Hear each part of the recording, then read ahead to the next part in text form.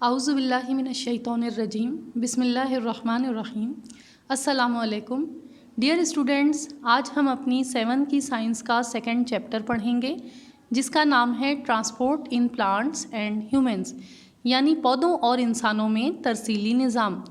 हमारे आज के टॉपिक्स हैं transport in plants, vascular bundle, transpiration and then last is translocation. हम जानते हैं कि इंसान और पौधों को एनर्जी हासिल करने के लिए ग़िज़ा और ऑक्सीजन की ज़रूरत होती है ताकि वो मुख्तलिफ़ काम सरअंजाम दे सकें। ग़िज़ा और ऑक्सीजन को पौधे के हर खलिए तक ज़रूर पहुंचना होता है और हार्मफुल सब्सटेंसेस यानी नुकसानदेह अज्जा को ज़रूर रिमूव होना चाहिए। वो सिस्टम जो इंसानों और पौधों को इस काबिल बनाता है ट्रांसपोर्ट सिस्टम कहलाता है। पौधों और जानवरों में ट्रांसपोर्ट सिस्टम के लिए बहुत से ऑर्गेन्स यानी अजसाम होते हैं जो ये अमल सरअंजाम देते हैं। We will first discuss the transport system in plants.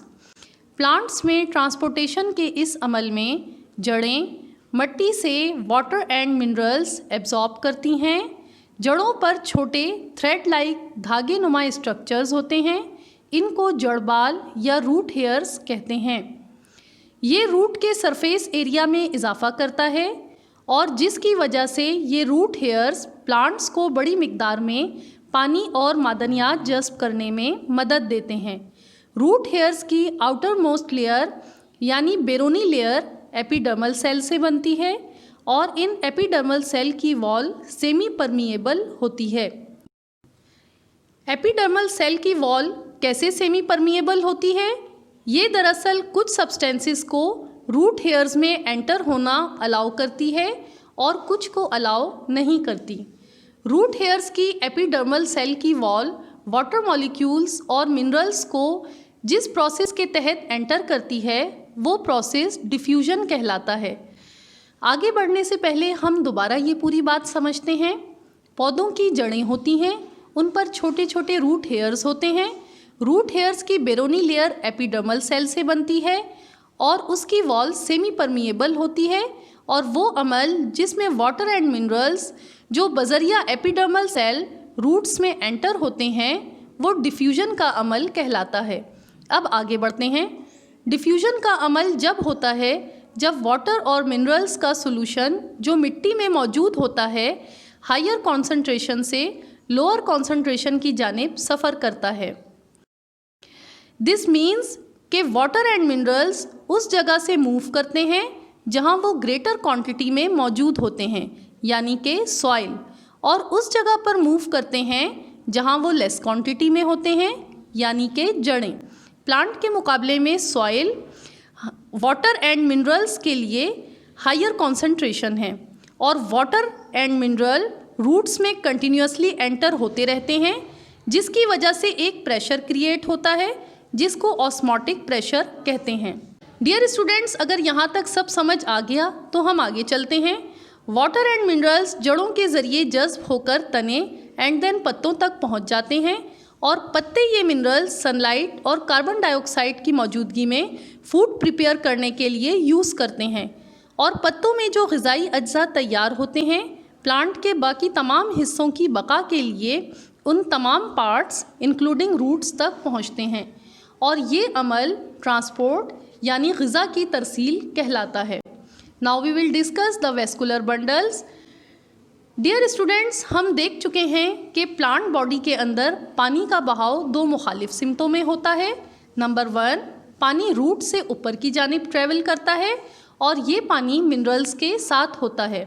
Number 2, पानी पत्तों से तैयार शुदा ग़िज़ाई अज्जा लेकर पौधे के तमाम हिस्सों और नीचे की जानिब रूट्स तक सफ़र करता है। तैयार शुदा ग़िज़ा या प्रिपेयर्ड फूड जो पत्तों से कैरी करते हैं वो पत्तों की ज़रूरत से ज़ायद होती है और अब उनकी वहाँ ज़रूरत नहीं होती और उस पूरे प्रोसेस के लिए प्लांट बॉडी में 2 different set of tubes present होती हैं। इन ट्यूब्स को वेसल्स कहा जाता है। नंबर 1, वो वेसल्स जो वाटर एंड मिनरल्स रूट से लेकर पत्तों तक पहुंचाती हैं जाइलम वेसल्स कहलाती हैं।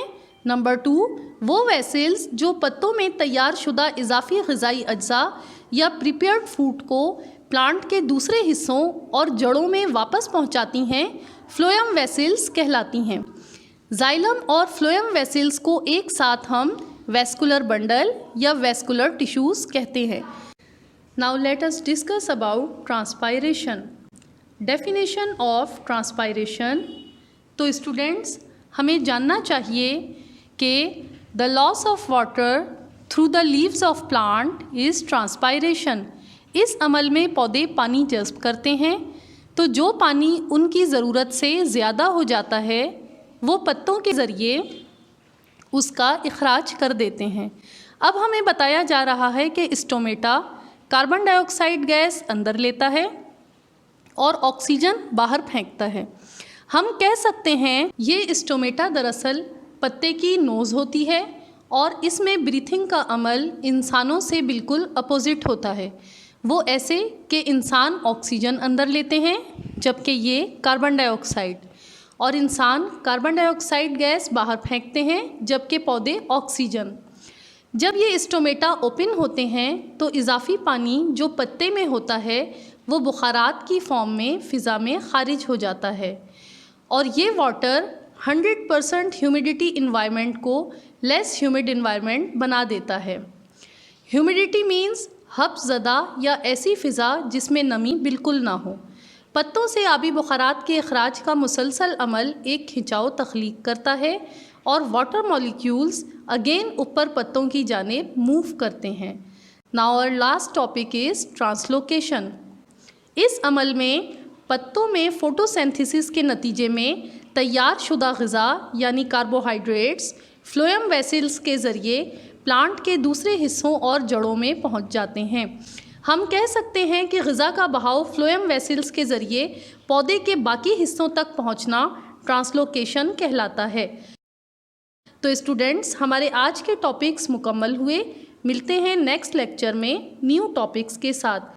लेक्चर से मुताल्लिक अगर आपके जहन में कोई भी सवाल हो तो कमेंट सेक्शन में मैसेज करें या दिए गए ईमेल एड्रेस पर राब्ता करें। शुक्रिया।